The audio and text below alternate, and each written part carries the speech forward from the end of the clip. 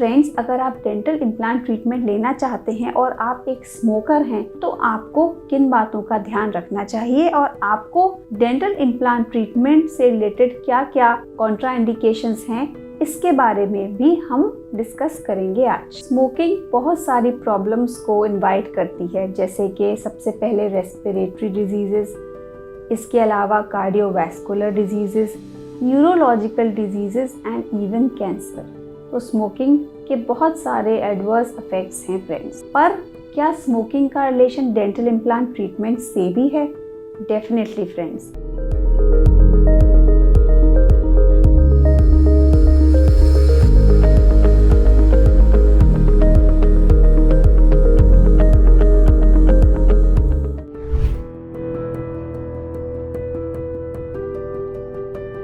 Friends, मेरा नाम है डॉक्टर पूजा और मैं आप सबका स्वागत करती हूं अपने इस चैनल पर। फ्रेंड्स, आज हम बात करेंगे smoking and it's effects on dental implant treatment. Friends, अगर आप डेंटल इम्प्लांट ट्रीटमेंट लेना चाहते हैं और आप एक स्मोकर हैं तो आपको किन बातों का ध्यान रखना चाहिए और आपको डेंटल इम्प्लांट ट्रीटमेंट से रिलेटेड क्या क्या कॉन्ट्राइंडिकेशंस हैं, इसके बारे में भी हम डिस्कस करेंगे आज। स्मोकिंग बहुत सारी प्रॉब्लम्स को इनवाइट करती है, जैसे कि सबसे पहले रेस्पिरेटरी डिजीजेस, इसके अलावा cardiovascular diseases, neurological diseases and even cancer. तो स्मोकिंग के बहुत सारे एडवर्स इफेक्ट्स हैं फ्रेंड्स, पर क्या स्मोकिंग का रिलेशन डेंटल इम्प्लांट ट्रीटमेंट से भी है? Definitely friends. तो पहले फ्रेंड्स ये जानते हैं कि डेंटल इम्प्लांट क्या है। फ्रेंड्स, डेंटल इम्प्लांट एक इनर्ट बायोकम्पैटिबल मेटल का बना हुआ एक स्क्रू है जो आपके जॉ बोन में प्लेस किया जाता है। बायोकम्पैटिबल से आप समझते हैं कि जो आपके बॉडी से, आपकी जॉ बोन से किसी प्रकार का कोई रिएक्शन नहीं करता है और उसमें किसी प्रकार की कोई भी प्रॉब्लम नहीं आती है।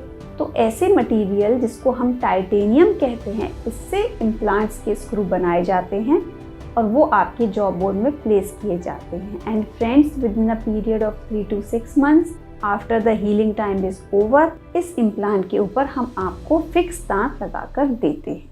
तो फ्रेंड्स, आइए बात करते हैं स्मोकिंग और डेंटल इम्प्लांट ट्रीटमेंट में क्या रिलेशन है। स्मोकिंग की वजह से पैलेट में यानी स्मोकर्स के माउथ में कंटिन्यूअस हीट रहती है, यानी एक एलिवेटेड टेम्परेचर रहता है, जिसकी वजह से स्मोकर्स के जो माउथ के सेल्स में हाइपरकेराटोसिस पाई जाती है, जिसमें यानी उनका रेट ऑफ सेल फॉर्मेशन एक नॉर्मल पर्सन के कंपैरिजन में बहुत ज़्यादा होता है। और इस हाइपरकेराटोसिस की वजह से ओरल कैविटी में ब्लड की सप्लाई बहुत कम हो जाती है, जिससे इम्प्लांट की हीलिंग पर इफेक्ट पड़ता है, इम्प्लांट के ऑशियो इंटीग्रेशन पर फर्क पड़ता है और डेफिनेटली इम्प्लांट की सक्सेस पर भी इसके इफेक्ट्स देखे गए हैं। और फ्रेंड्स, स्मोकर्स की ओरल हाइजीन जो पाई गई है रिसर्च के अनुसार, वो बहुत ज़्यादा पुअर पाई जाती है। उसमें बहुत बार प्लाक एक्यूमुलेशन है, स्टेन्स हैं, फूड डेब्री है, कैलकुलस है, इस तरह की चीज़ें बहुत ज़्यादा होती हैं स्मोकर्स के अंदर।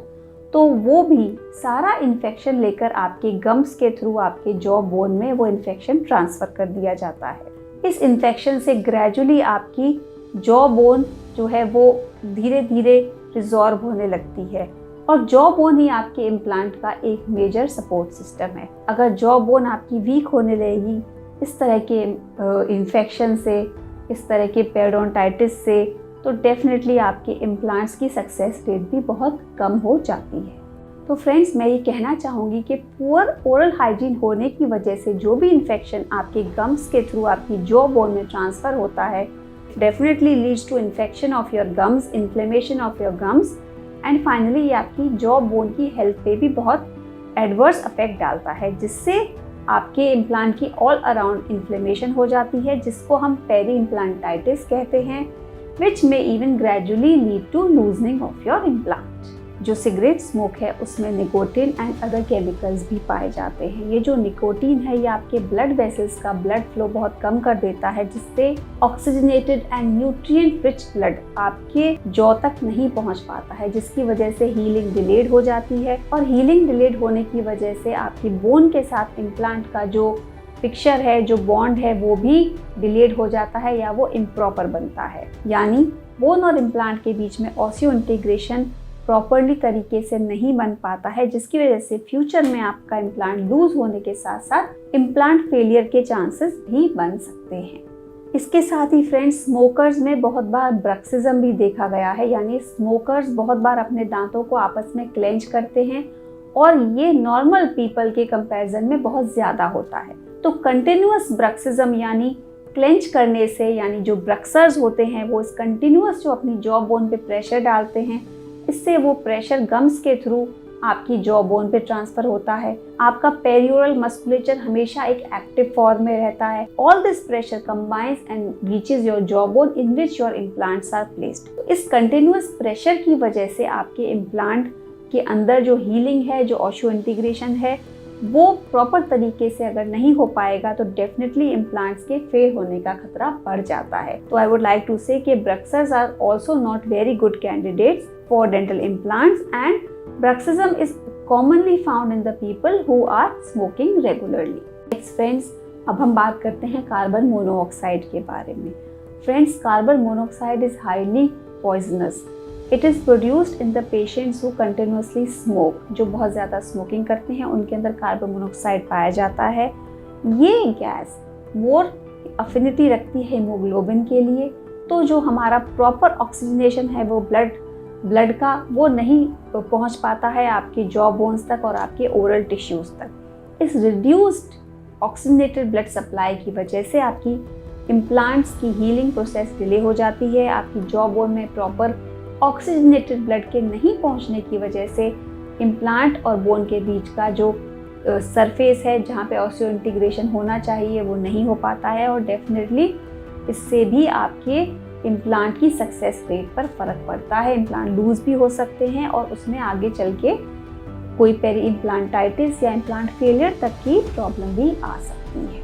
इसके अलावा फ्रेंड्स, साइटोटॉक्सिक इफेक्ट्स होते हैं स्मोकिंग के, जो आपके बॉडी के सेल्स की repairing as well as your body defence mechanism यानी आपकी इम्यूनिटी पर भी बहुत ज़्यादा इफेक्ट डालते हैं। और आपकी इम्यूनिटी वीक होने से डेफिनेटली जो भी सर्जिकल प्रोसेस हुआ है आपकी इम्प्लांट रिलेटेड सर्जरी से, उसमें भी हीलिंग के से रिलेटेड प्रॉब्लम्स आ सकती हैं, हीलिंग रिलेटेड इश्यूज हो सकते हैं और डेफिनेटली ये आपके इम्प्लांट्स पर एडवर्स इफेक्ट्स डाल सकते हैं। तो फ्रेंड्स, इन द एंड मैं आपको बताना चाहूँगी कि रिसर्च क्या कहती है।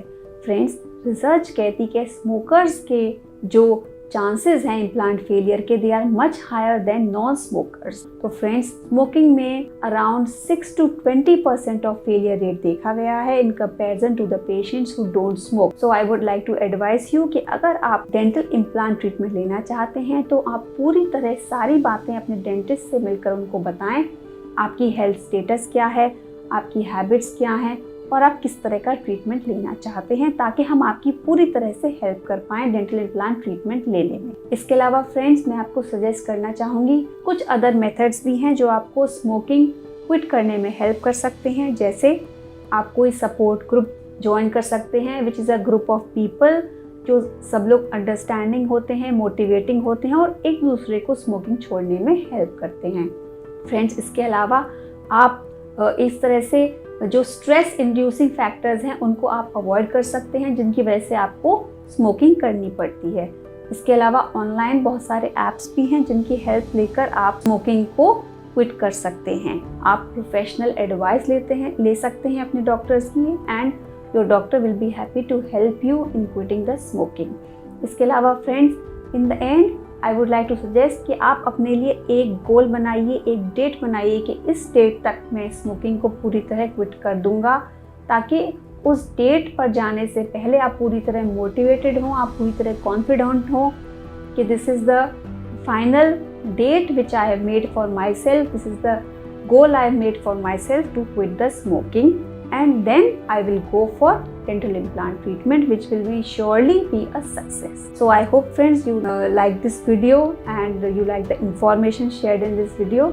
Thanks for watching, and please do like and subscribe our channel for more interesting and informative videos. Thank you.